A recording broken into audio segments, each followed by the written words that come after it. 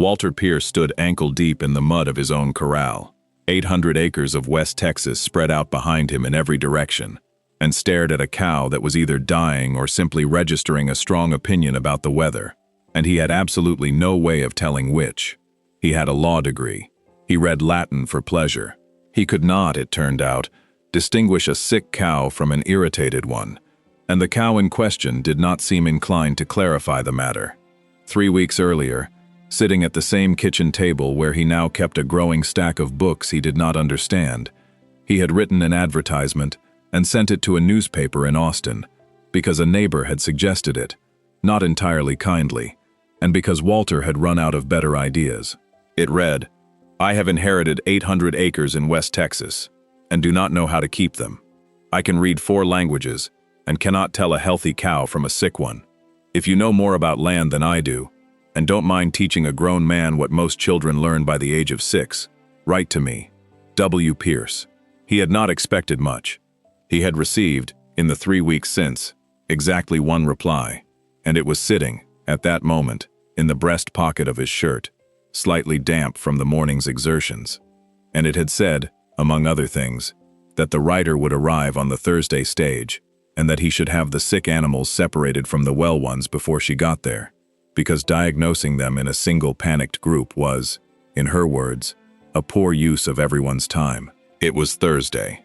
The cow remained undiagnosed and, as far as Walter could tell, inseparable from its companions, who had formed something resembling a protective circle around it the moment he approached with rope in hand. This is the story of how Walter Pierce learned to tell a sick cow from a healthy one, and a great many other things besides, and of the woman who taught him. Walter had grown up in Boston, the son of a moderately successful attorney, and had followed his father into the profession with the unremarkable competence of a man doing what was expected of him, and doing it well enough that no one thought to ask whether he wanted anything different. He read 4 languages because his mother had insisted on it, practiced none of them professionally, and found, by the time he was 30, that his life had accumulated a great deal of careful, well-organized competence, and very little of anything he had chosen for himself. The letter from a Texas lawyer arrived in January. His uncle Augustus, whom Walter had met perhaps 4 times in his life, had died without children and left him 800 acres of cattle land outside a town called Brushy Creek, on the condition, stated nowhere in the will but implied by every neighbor who subsequently spoke to him, that he actually go and look at it. He went, mostly out of curiosity, and stayed, mostly out of stubbornness, because leaving immediately would have meant admitting that he had no idea what he was doing. And Walter had never liked admitting things, particularly to himself. He did not know what he was doing. The first month had taught him this thoroughly. He had lost 2 calves to causes he could not identify, mended a fence so poorly that it fell down twice in 1 week, and spent an entire afternoon trying to determine whether a particular sound the cattle were making indicated illness, hunger, or simple bovine commentary on the heat, and had concluded, eventually, that he had no framework for answering the question at all.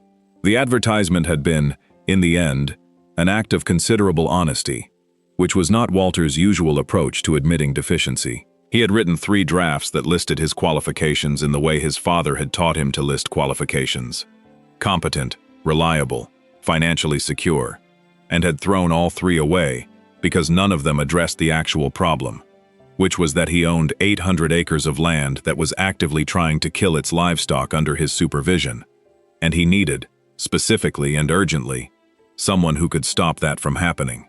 In a ranch house 30 miles east in Williamson County, a woman named Josephine Carter read Walter's notice on a Tuesday evening, sitting at her father's kitchen table doing the accounts, which she had done every Tuesday evening for 9 years, since she was 18, because her father trusted numbers to her the way he trusted nothing else to anyone.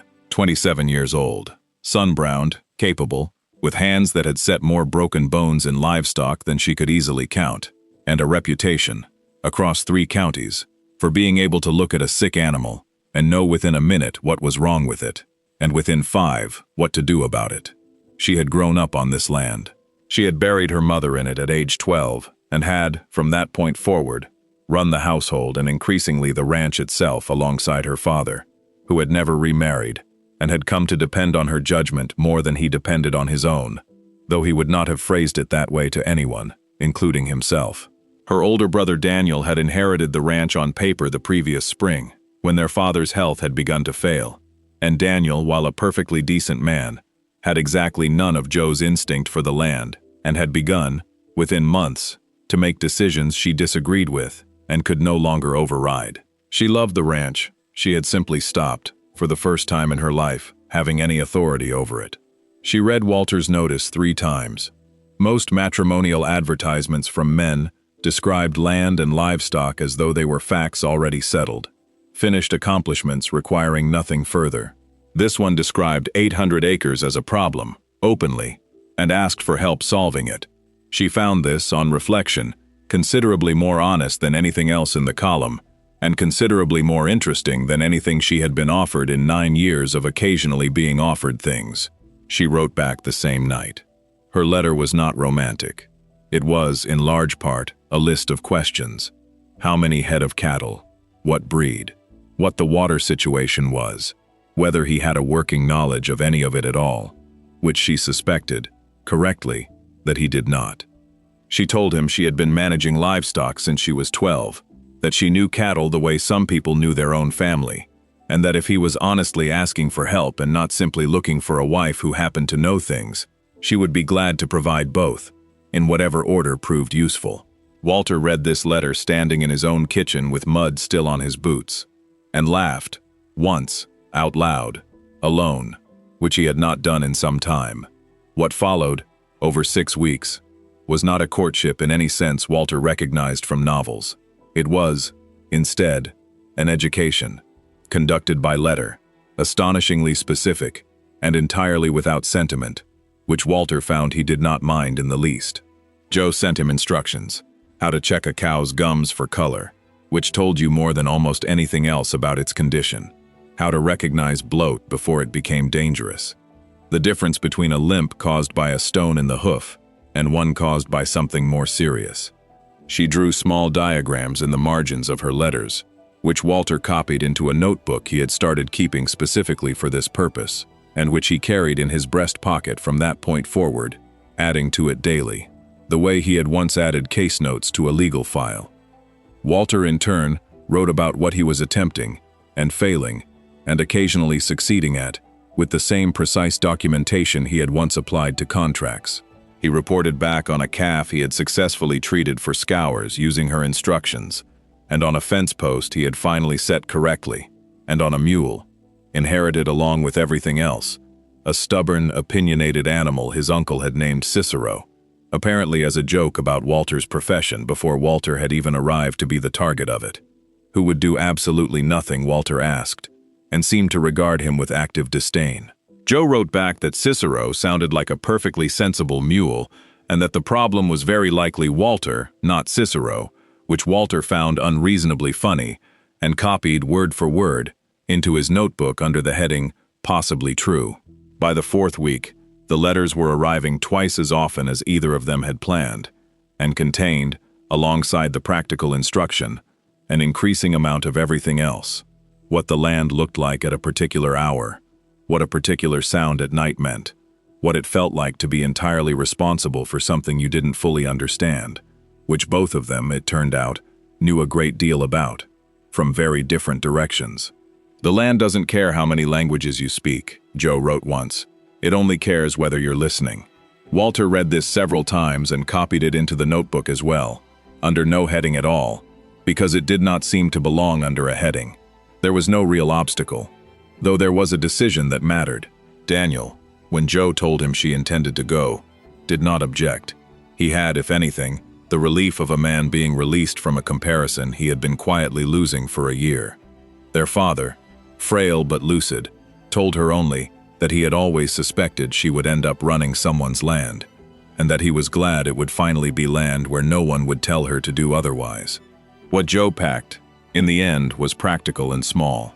Her own set of instruments for animal care, a few books, a single photograph of her mother, and what she carried that could not be packed was something else. The simple, unfamiliar sensation of going somewhere to be in charge of something, rather than going somewhere to be someone's wife, and incidentally helpful. The wagon ride to Brushy Creek took 2 days.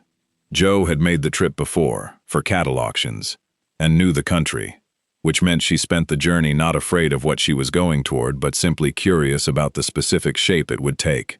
A question that letters, however detailed, could never fully answer. She arrived on Thursday, as promised, and found Walter exactly where his last letter had suggested she might.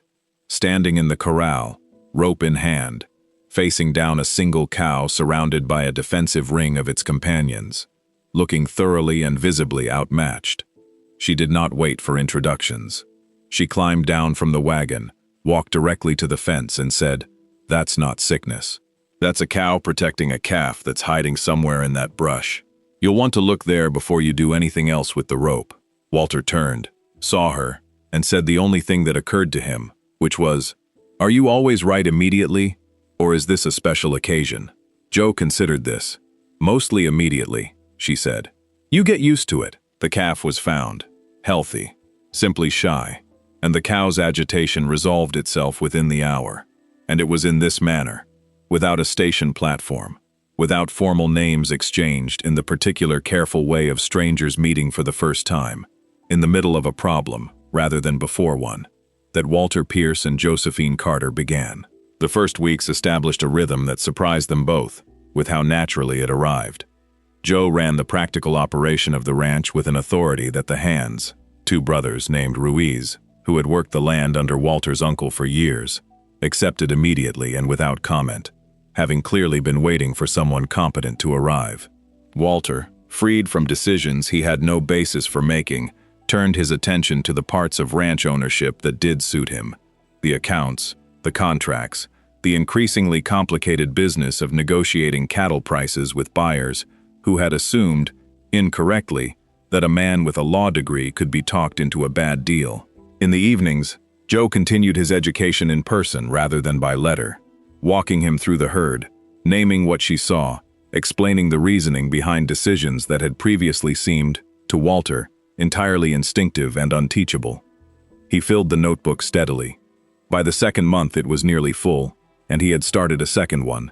Cicero the mule remained unconvinced of Walter's authority for several weeks longer than anything else on the ranch did, but eventually, gradually, began permitting Walter to lead him without the elaborate performance of reluctance that had characterized their early relationship, a development that Joe declared, with some ceremony, to be the true marker of Walter's acceptance into ranch life, more significant than anything involving the cattle.